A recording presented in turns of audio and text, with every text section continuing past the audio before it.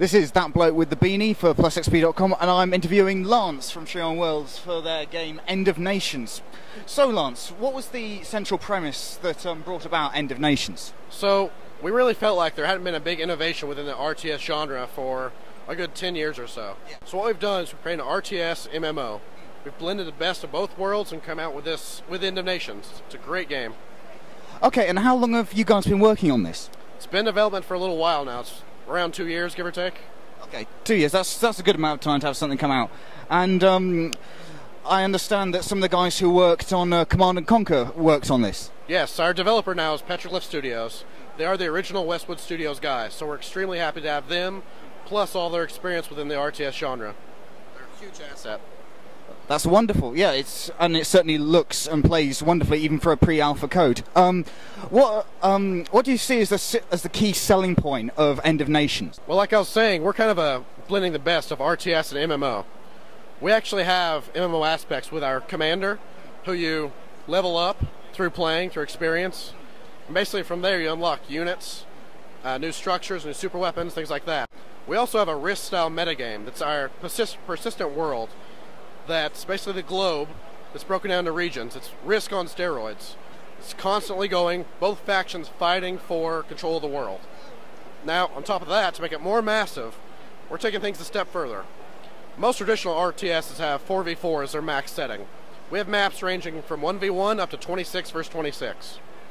To make that possible, we're using client-server technology, meaning everybody connects to us, we eliminate lag. Therefore, it's fun to play. It's not a headache to play a big match.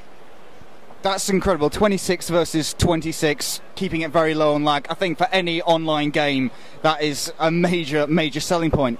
Can you tell us a bit more about, well, the storyline and the factions involved in this conflict? Okay, so the factions. We have 3 factions in the game. We have the Order of Nations, Shadow Revolution, and Liberation Front. So, our story is, it's about 50 years in the future. Economic collapses basically happen throughout the world. All governments have failed. This shadow organization called the Order of Nations comes forward. They give out food, they give out medicine, and before people realize it, they've lost all their freedoms. The Order of Nations basically controls the world. From there, we have 2 groups. The Shadow Revolution, it's basically an offset group from the Order of Nations. They're more focused on stealth and sneak attacks, things like that. And they're basically, they want to control the world, kind of like the Order of Nations, but not quite as bad. From there, we have Liberation Front. And that's really the remnants of the superpowers, like the United States, Britain, Russia, basically all the old superpowers trying to make things the way they were. That's...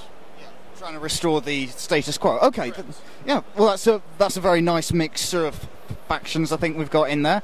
What about unit balancing? I mean, obviously, with any game you can't simply have people mass together a load of tanks or helicopters or fighter jets and say, go kill those guys, because that doesn't leave very much for a strategy. So how did you go about making sure that your units are able to combine well?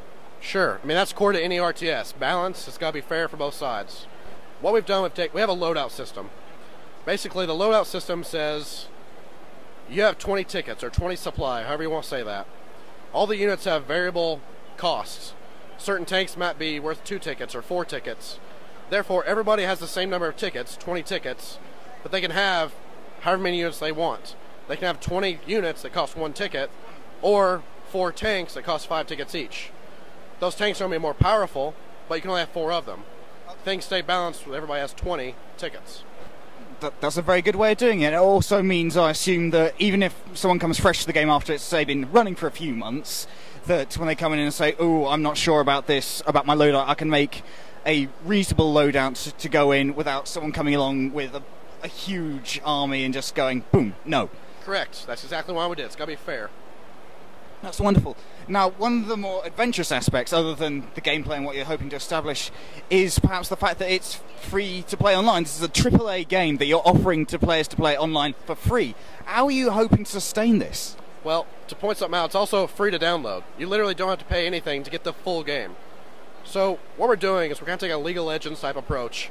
We're selling stuff like convenience and customization options, skins, colors, things that don't actually have a huge in-game advantage. Obviously, if we were to sell some kind of super unit with actual money, that would ruin player versus player. So strictly to our core beliefs, we're not selling any kind of significant in-game advantage for actual money. That's what we're doing. We just want to make things fun and fair for everybody. Well, that's incredibly noble of you, especially as a game that has to make money to keep playing. But what essentially you're banking on is player loyalty, player engagement with this. And speaking as someone who's had a chance to play the pre-alpha code, I've got to say, I'm very, very impressed. This is a game which is fun, it's easy to get into.